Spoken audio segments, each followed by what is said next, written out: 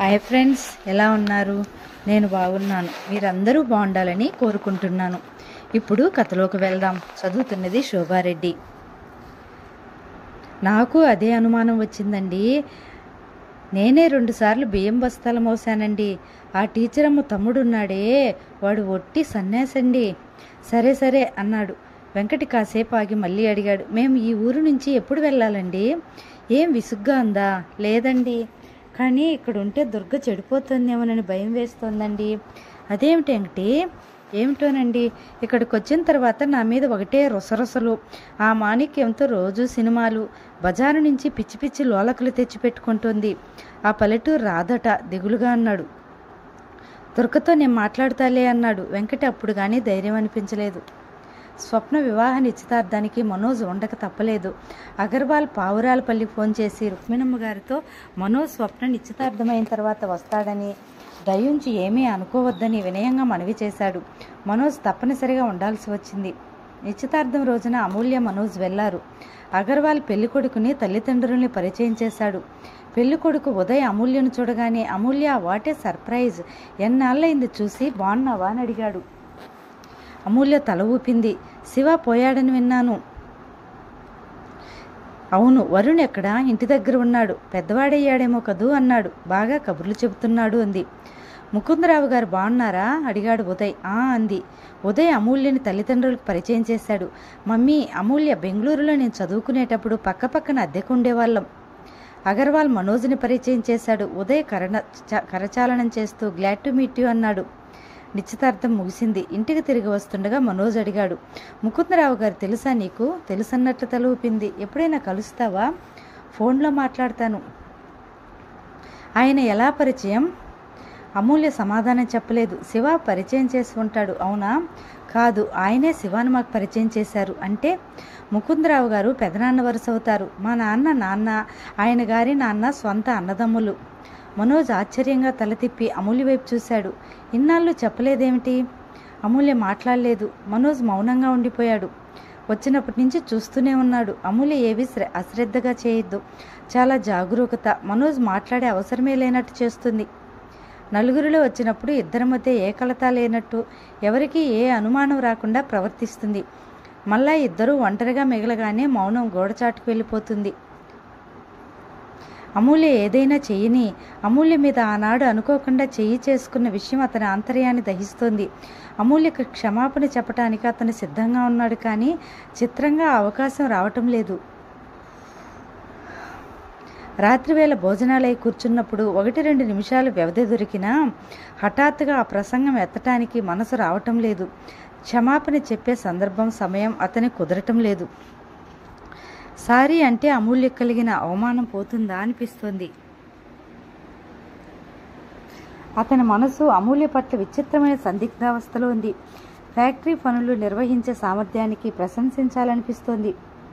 వరుణ్ విషయంలో ఆగ్రహంగా అనిపిస్తోంది. ఎలాంటి సమస్యనైనా తెలివితేటలతో చిక్కుముడి విప్పగల అతని సామర్థ్యం నిజ జీవితంలో ఎందుకు పనికి రాకుండా పోయింది. అతను డ్రైవ్ చేస్తూనే అమూల్య వైపు క్రిగంట చూశాడు. అమూల్య నిశ్శబ్దంగా కూర్చుని ఉంది. ఆ కూర్చోవటంలో ఎప్పుడు ఈ ప్రయాణం ముగుస్తుందా, కారు ఎప్పుడు దిగిపోతానా అనేట్లుగా ఉంది.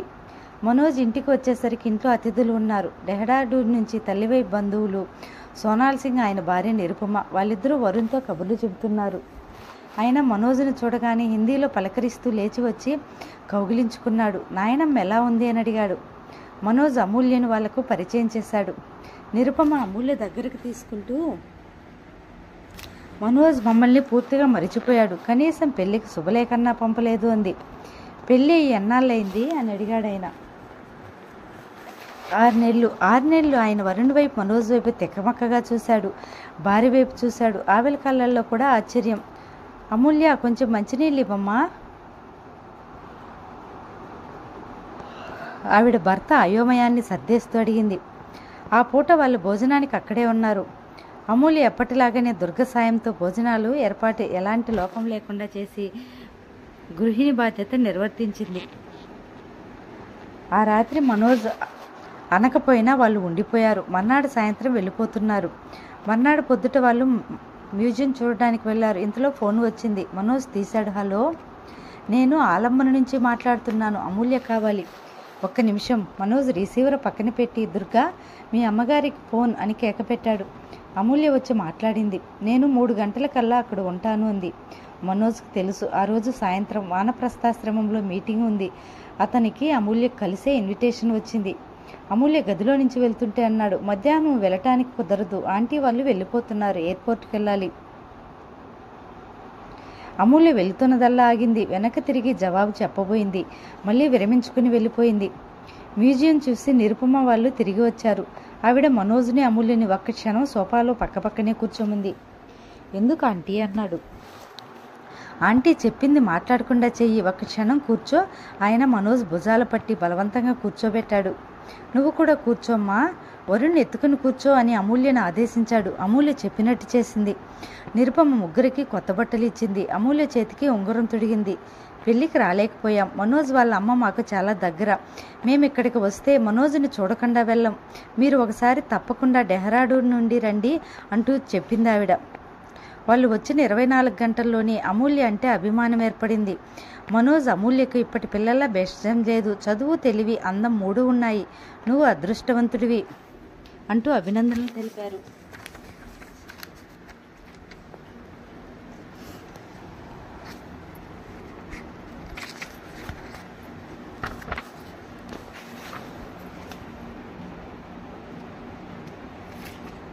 మూడు గంటలవుతోంది. మనోజ్ వెంకటేశ్వర గారు ఫోన్ చేస్తే గదిలో మాట్లాడుతున్నాడు. కొద్దిసేపు అయింది.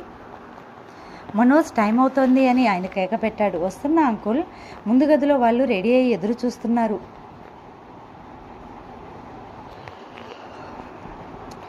మనోజ్ కారు తాళాలు తీసుకొచ్చాడు. దుర్గా మీ అమ్మాయి గారిని పిలు అన్నాడు. లేరండి, మీటింగ్ ఉందట, వెళ్ళారు అంది. ఏమిటి, వెళ్ళిందా? ఎయిర్పోర్ట్కి వెళ్ళాలని తెలుసుగా? లేదు, మనోజ్ మాతో చెప్పింది. ఏదో ముఖ్యమైన మీటింగ్ ఉందట, నేనే వెళ్ళమని చెప్పాను అన్నాడు సోనాల్ సింగ్. మనోజ్ ఆగ్రహం కనిపించకుండా మింగేయాల్సి వచ్చింది. వరుణ్ కూడా లేడు. అమూల్య తీసుకెళ్ళింది. అమూల్య వాళ్ళకి చేయాల్సిన మర్యాదలు చేసింది. తన కర్తవ్యం నెరవేర్చడానికి తను వెళ్ళిపోయింది. మనోజ్కు నువ్వు నన్ను శాసించలేవు, నేను నీ అధీనంలో ఉన్నా, దానికి ఒక హద్దు ఉంది సుమా అని అతనికి హెచ్చరికలా గుణపాఠం నేర్పుతున్నట్లుగా ఉంది.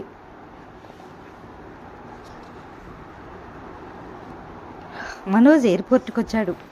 సోనాల్ సింగ్, నిరుపమ మనోజ్కి అమూల్యను వరుణి తీసుకుని తప్పకుండా త్వరలో డెహ్రాడూన్ రమ్మనమని మరీ మరీ చెప్పారు. ఇంతలో హలో అని వినిపించింది. మనోజ్ తిరిగి చూశాడు. ఎదురుగా ఉదయ్, స్వప్న. నా ఫ్రెండ్ ఒక అతనికి సెండాఫ్ ఇవ్వడానికి వచ్చాము అంటూ ఫ్రెండ్ని పరిచయం చేశాడు. స్వప్న చాలా సంతోషంగా ఉంది. ఒకరినొకరు కావాలని ఎన్నుకుని పెళ్లి చేసుకుంటున్నారు. ఇద్దరి ముఖాల్లో ఆనందం, తృప్తి, హాయి స్పష్టంగా కనిపిస్తుంది. మనోజ్కి ఇంటికి తిరిగి వస్తుంటే మనసంతా శూన్యంగా అనిపించసాగింది. అమూల్యను తను మనస్ఫూర్తిగా వివాహం చేసుకున్నాడు, కానీ తనకి ఎదురు అయిందేమిటి? అశాంతి, ఆవేదన. అందరూ తనని అదృష్టవంతుడు అని అంటారు, కానీ అదృష్టం వెక్కిరిస్తుంది అనిపిస్తుంది. రాత్రి 9 గంటలైంది. దుర్గా, వెంకటి, మాణిక్యం అందరూ నిద్రపోయారు. అమూల్య ఇంకా ఇంటికి రాలేదు. మనోజ్ వేచి చూస్తున్నాడు. 10 గంటలు కావస్తుంది. అమూల్య జాడలేదు. మొదట అమూల్య తన మాట వినకుండా ఫంక్షన్కి తన దారిని తను వెళ్ళింది అనే విషయం అతనికి మధ్యాహ్నం నుంచి చాలా కోపం తెప్పిస్తోంది, కానీ తనేం చేయలేడు. అమూల్య తన స్వతంత్ర ప్రకటన అతన్ని, నా శరీరం మాత్రమే నీ అధీనం, నా మనసు మీద నీ పెత్తనం ఏమాత్రం లేదు అని చెంపదెబ్బ కొట్టినట్టు అనిపిస్తుంది. అతను ఎయిర్పోర్ట్ నుంచి ఇంటికి వచ్చి బట్టలు మార్చుకుంటుంటే టేబుల్ మీద కవరు కనిపించింది.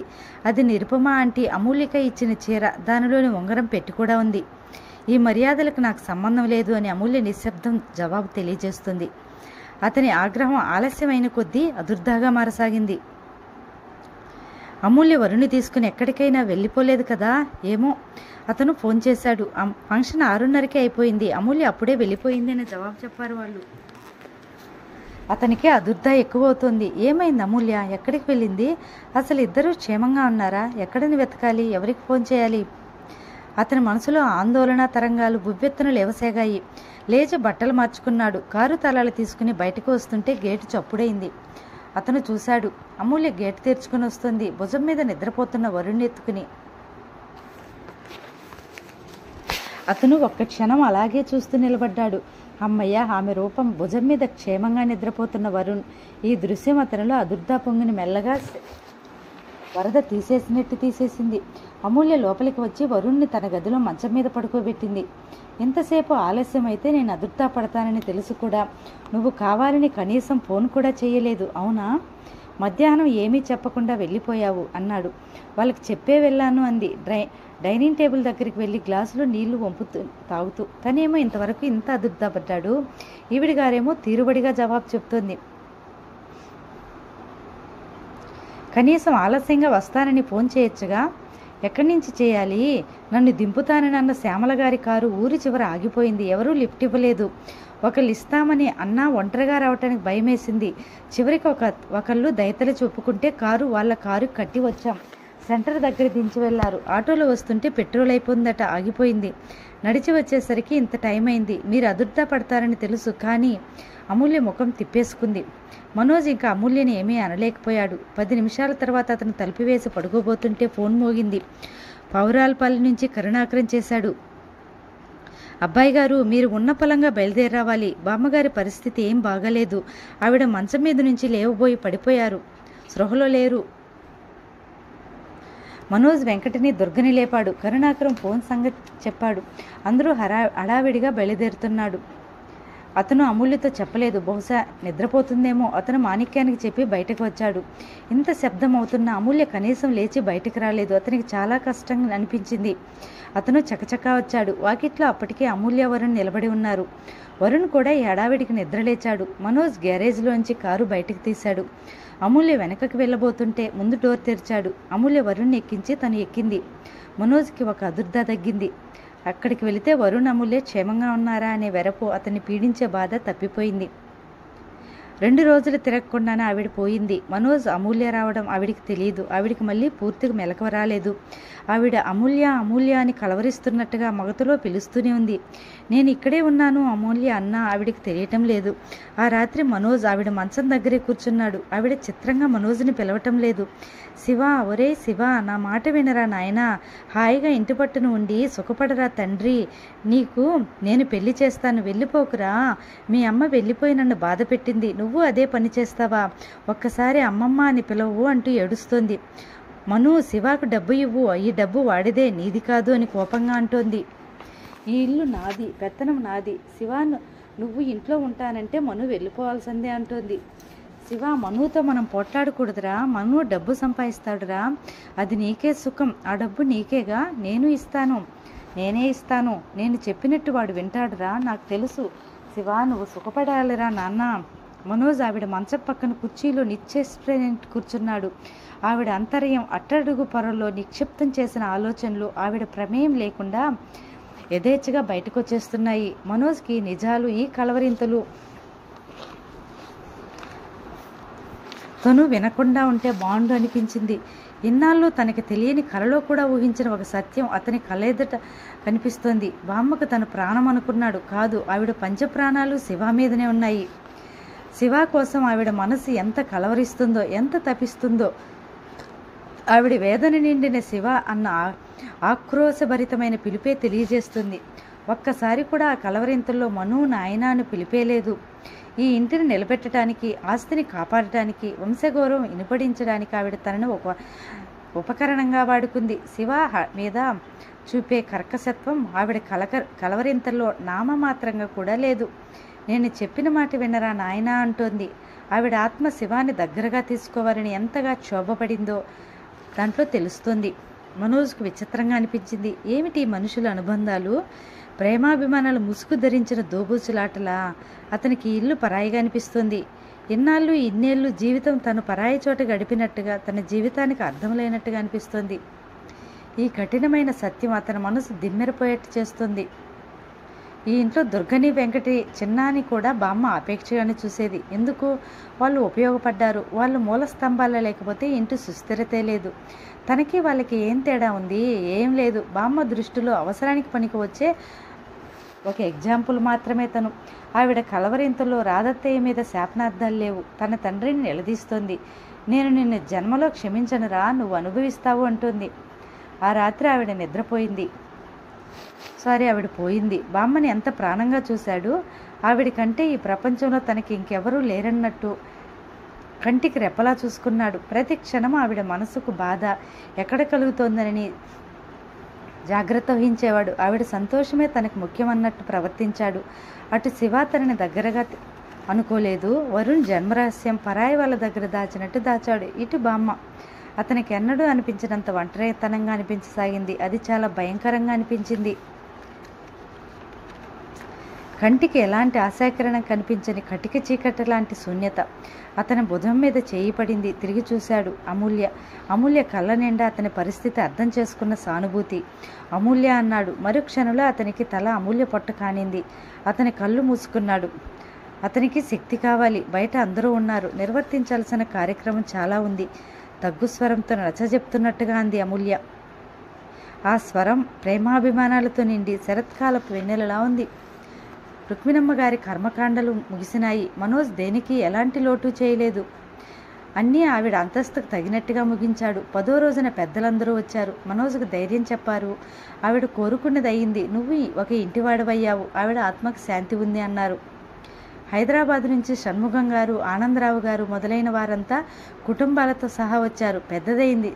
సలక్షణంగా మీ దంపతులు ఇద్దరి చేతుల్లో నిశ్చింతగా కన్నుమూసింది. ఆవిడ ఆత్మకు శాంతే అంటూ అనునయించారు. ఆవిడ ఆత్మ శాంతంగా ఉందా? మనోజ్కి సందేహమే. ఈ 10 రోజుల కార్యక్రమంలో అతని ప్రమేయం పెద్దగా ఏమీ లేదు. అమూల్య ఆ బాధ్యత అంతా తనే స్వీకరించింది. కరుణాకరం సాయంతో ఏ క్రతువులో లోపం జరగకుండా ఎప్పటికప్పుడు అన్ని ఏర్పాట్లు తనే చేయించింది. మనోజ్ యాంత్రికంగా ఎవరో అప్పచెప్పిన పని తన ధర్మంగా నెరవేరుస్తున్నట్లుగా ముగించాడు. అందరి నోట అమూల్య. ఇంట్లో నౌకర్లు, వచ్చిన అతిథులు అందరూ. మనోజ్కి ఇది అమూల్య ఇల్లుగా, తను ఆ ఇంట్లో పరాయివాడిగా అనిపిస్తుంది. అసలు ఈ ప్రపంచంలో తనకి ఇల్లు అనేది కానీ, నాది అనే చోటు కానీ ఎవరూ లేనట్టే అనిపిస్తుంది. అమూల్య ఇది అంతా ఎందుకు ఇంత బాధ్యతగా చేస్తుందో తనకి బాగానే తెలుసు. వరుణ్ పెరిగి పెద్దయ్యే వరకు బహుశా తన అండ కావలసి రావచ్చు. ఆనాటి నుంచి బామ్మకు తను ఉపయోగపడినట్టే అమూల్య వరుణ్ జీవితం పటిష్టం చేసేందుకు సాయపడాలి కాబోలు. బహుశా ఆ ఉద్దేశంతోనే అమూల్య తనని గౌరవిస్తుందేమో. 13వ రోజు కూడా ముగిసింది. వచ్చిన వారంతా వెళ్ళిపోయారు. మనోజ్ ఇంటి ముందు ఆరుబయట పడకుర్చీలో కూర్చున్నాడు. అతను చాలాసేపటి నుంచి ఒంటరిగా అక్కడ సుదీర్ఘమైన ఆలోచనలో మునిగిపోయి మౌనంగా ఉండిపోయాడు. అతను బామ్మ పోయిన తర్వాత మేడ మీదకి అడుగు పెట్టలేదు. ఒకప్పుడు ఈ ఇంటి మీద అతనికి ఎంత ప్రేమ ఉండేది. హైదరాబాదులో ఉన్నప్పుడు ఎప్పుడెప్పుడు వచ్చి ఇక్కడ వాళ్తానా అని మనసు వేగిరపడేది. ఈరోజు ఈ ఇల్లు శూన్యమందిరంలా అనిపిస్తుంది. కానీ ఇంట్లో ఈ ఇంటిని ప్రేమిస్తూ దాన్ని బాగు చేస్తూ గర్వపడుతూ అది తన ఆయువు పట్టు అన్నట్టు గుడ్డి నమ్మకంతో బ్రతకలేడు. తనది కానీ దాన్ని తన అనే భ్రమతో 30 ఏళ్ళు గడిచాయి. బామ్మ కోసం కాకపోతే తన జీవితంలో ఏ ఆడపిల్లను తొంగి చూడనేయకుండా జాగ్రత్త తీసుకునేవాడా? బామ్మను సంతోషపెట్టడం కాకపోతే తనకంటూ ఒక పరిధిని కల్పించే స్నేహితులు లేకుండా ఒంటరిగా మిగిలేవాడా? ఇదంతా చేసినందుకు ప్రతిఫలం ఏమిటి? భయంకరమైన ఒంటరితనమా? శివ కొడుకు ఉండగా అమూల్య తనని చేసుకోవటం బామ్మ తమ ఇద్దరిని క్షమించలేకపోయింది. అతనికి హైదరాబాద్ వెళ్ళాలనిపించలేదు. ఆ ఫ్యాక్టరీలు, ఆ వ్యాపారం అర్ధరహితంగా అనిపిస్తున్నాయి. ఇన్నేళ్ళు బామ్మ ఏం చేసింది? తనని ఆత్మీయంగా చూడలేదు. ఇప్పుడు స్వేచ్ఛ లభించినందుకు సంతోషం కలగటం లేదు. నానే వారిని ఏర్పరచుకోవటానికి ఒక జీవితకాలం పడుతుంది. ఇంత చేదు అనుభవం తర్వాత అసలు ఏ మనిషికి దగ్గరవటం కూడా అసంభవం. మనోజ్కి ఇంకా ఓపిక, ఆసక్తి రెండు లేవు. అతని మనసులో నిర్లిప్తత. ఈ ప్రపంచంలో ఎవ్వరూ అవసరం లేదని విరక్తి. బయట బాగా చలిగా ఉంది. లోపలికి రండి, అమూల్య పిలిచింది. ఇక్కడ బాగానే ఉంది అన్నాడు. కొద్దిసేపయింది. భుజం మీద ఏదో ఆనినట్టయింది. చూసుకున్నాడు. షాల్ అమూల్య భుజాల చుట్టూ కప్పింది. మీరు మధ్యాహ్నం కూడా ఏం తినలేదు. కొంచెం వేడిగా టీ తెచ్చి ఇస్తాను. వెళ్ళబోయింది. వద్దు అన్నాడు. ఆ మాట దృఢంగా ఉంది.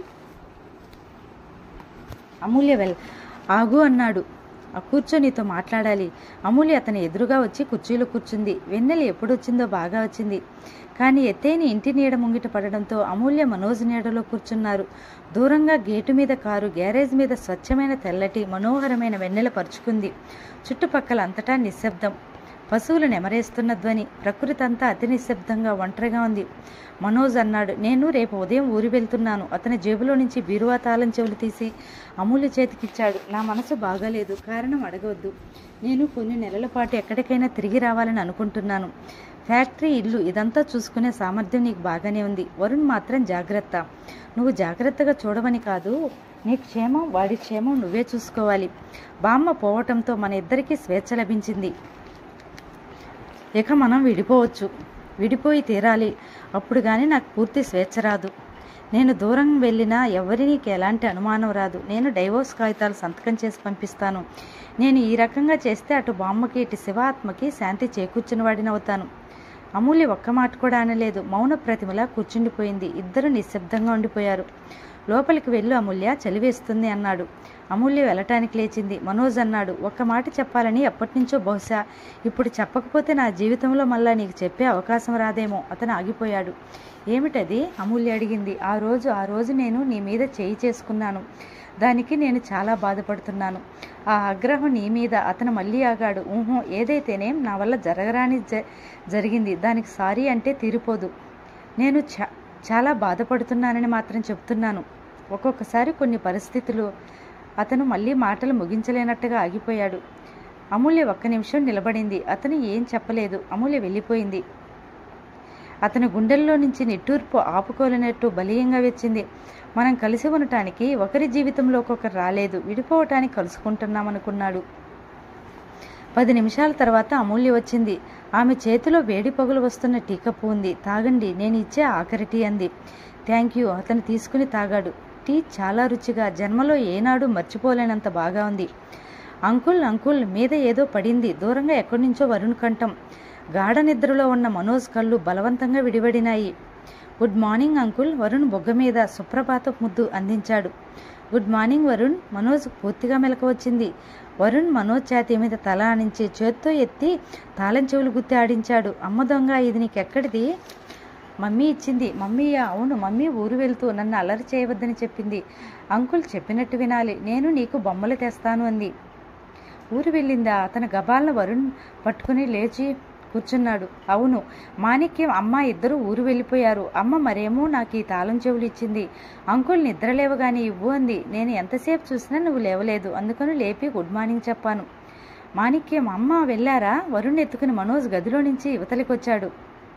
వెంకటి, దుర్గా పిలిచాడు. వెంకటి పరిగెత్తుకొచ్చాడు. ఏంటి బాబు, అమ్మాయి గారు ఎక్కడా? వెంకటి తెల్లబోయాడు. అదేంటి, ఊరు వెళ్ళారుగా? రాత్రి హైదరాబాద్ నుంచి ఫోన్ వచ్చింది అన్నారు. అర్జెంటు పనేట. హైదరాబాద్ నుంచా? ఎవరు చేశారట? మాణిక్యం ఎక్కడే ఉన్నాడుగా. ఆ వివరాలు నాకు చెప్పలేదండి. అమ్మాయి గారు తెల్లవారుజామునే లేచారు. రాత్రే మాణిక్యంతో చెప్పారు. సరేలే అన్నాడు. అమూల్య హైదరాబాదే కదా వెళ్ళింది. వెంట మాణిక్యం కూడా వెళ్ళాడు. బహుశా నిజంగా ఫోన్ వచ్చిందేమో. వెళితే వెళ్ళింది, పర్వాలేదు. తనకు చెప్పాల్సిన పని కూడా ఏం లేదు. ఇప్పుడు అమూల్య తనకు అధీన కాదు, పూర్తి స్వతంత్రాలు. ఆ రాత్రి ఆ మాట తనే స్వయంగా చెప్పాడు. ఆవిడ ఎక్కడికి వెళ్ళింది, ఏం పని మీద వెళ్ళింది అనే సంగతి తనకు అనవసరం. వరుణ్ వదిలి వెళ్ళింది ఎందుకు? వెంట తీసుకుని వెళ్తే సరిపోయేది. రాత్రి తన వాకిట్లో అమూల్యతో మాట్లాడిన సంగతి గుర్తుకొచ్చింది. అతని మనసుకు తేలిగ్గా అనిపించింది. ఒక సమస్య తీరిపోయింది. అమూల్యకు చెప్పవలసిన మాట చెప్పేశాడు. ఇది బాగానే ఉంది. తను అమూల్యను వదిలేసి వెళ్ళినట్టు కాకుండా అమూల్య దూరంగా ఎక్కడో ఉండడం. మనోజ్ ఉయ్యాల్లో కూర్చుని పేపర్ చూస్తూ కాఫీ తాగుతుండగా కరుణాకరం వచ్చాడు. బాబు, బామ్మగారు డబ్బు వడ్డీకిచ్చారట. రత్నం 25,000 వడ్డీతో సహా తెచ్చి ఇచ్చాడు అంటూ డబ్బు కవర్ ఇచ్చాడు. ఆ పొలం సంగతి కౌలుకు మనోజ్ చేయిత్తు వారించాడు. మీరు ఇక ఆ విషయాలన్నీ అమూల్యతోనే సంప్రదించండి. ఆమె నిర్ణయమే నా నిర్ణయం. నేను ఉండటం లేదు. కొద్ది రోజుల పాటు ఎక్కడికైనా వెళ్ళాలని అనుకుంటున్నాను. అలాగా. కరుణాకరం కళ్ళల్లో ఆనందం దాచుకోలేకపోయాడు. వరుణ్ చిన్నాతో కలిసి ఆడుతూ ఇల్లంతా పరుగులు తీస్తున్నాడు. రుక్మిణమ్మ గారు పోయిన తిథి బాగాలేకపోవడంతో ఆవిడ గది మూసేశారు. ఏమిటో ఈ మనుషుల మూఢనమ్మకాలు. మనం జన్మ పొందే క్షణం మన చేతుల్లో లేదు. ఈ తనువు చాలించే క్షణం కూడా మనం కోరుకున్నట్లు జరగదు. మధ్యలో మంచి చెడులంటూ ఎంత హంగామా. ఊరి ప్రెసిడెంట్ గారు మిగతా పెద్ద మనుషులు వచ్చారు. కాలేజీ బిల్డింగ్ ఫండ్ పూర్తిగా పోగైంది. శాంక్షన్ కూడా వచ్చింది. వాళ్ళంతా చాలా సంతోషంగా ఉన్నారు. మీ చేతులతో మీరే శంకుస్థాపన చేయాలి. మీకెప్పుడు వీలుంటుందో చెప్తే అన్నారు. నేను ఊరు వెళ్తున్నాను అన్నాడు. ఎప్పుడు వస్తారో చెప్పండి, అప్పుడే పెట్టుకుందామన్నారు వాళ్ళు. అమూల్యకు ఫోన్ చేయండి, చెబుతుంది అన్నాడు. అలాగే.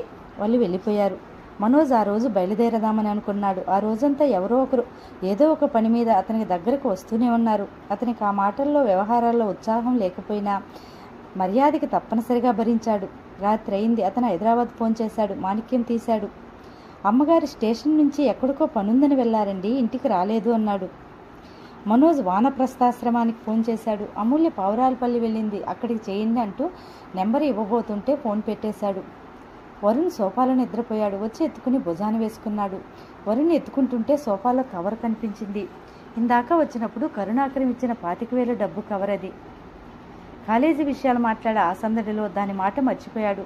తాళం చెవులు తీసుకుని డబ్బు కవర్ అందుకుని నిద్రపోతున్న వరుణ్ భుజం మీద వేసుకుని మేడ మీదకొచ్చాడు.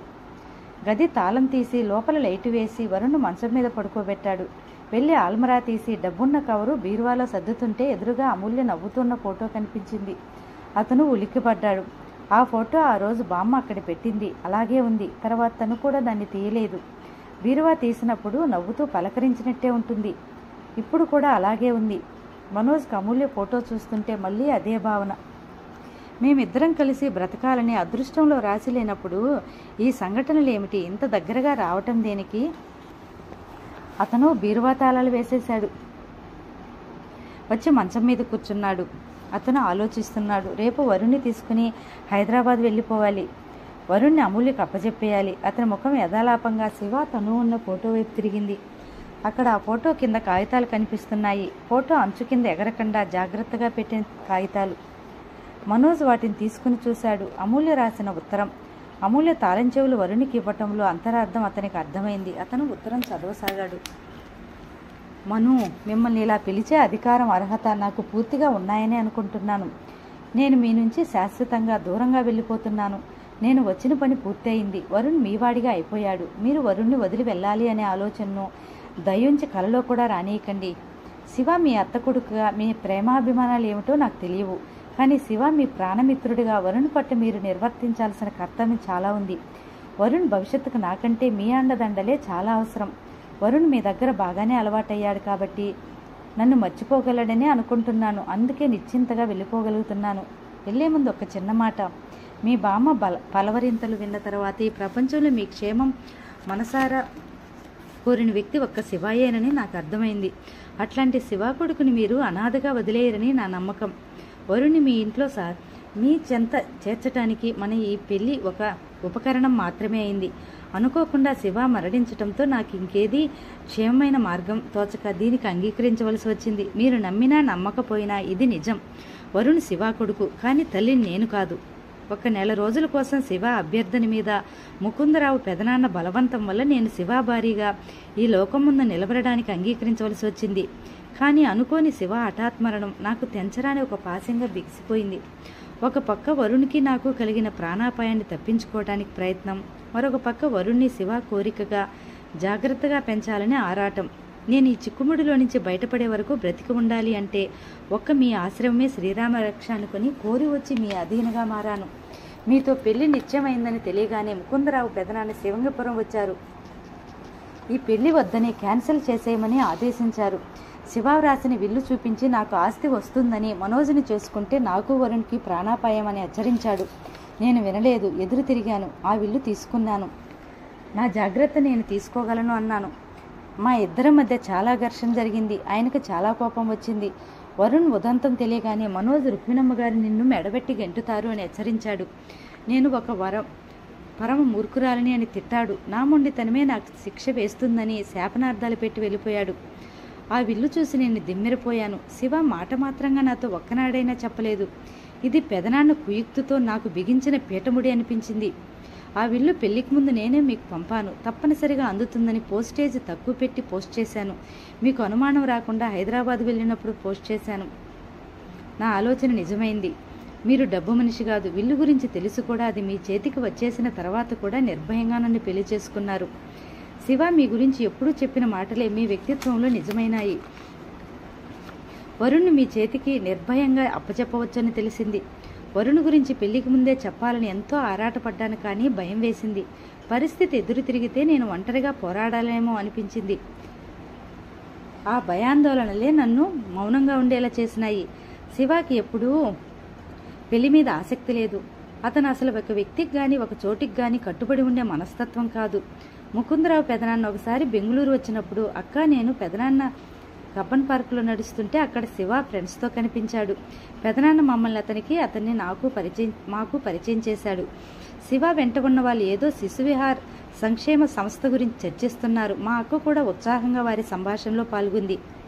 మా అక్క శారద ఈ సంఘసేవా కార్యక్రమాల పట్ల ఎనలేని శ్రద్ధ. మనిషి పుట్టిన తర్వాత తనకి తాను బ్రతకటం కంటే తోటివారికి కూడా ఎంతో సాయం చేయాలి అనేది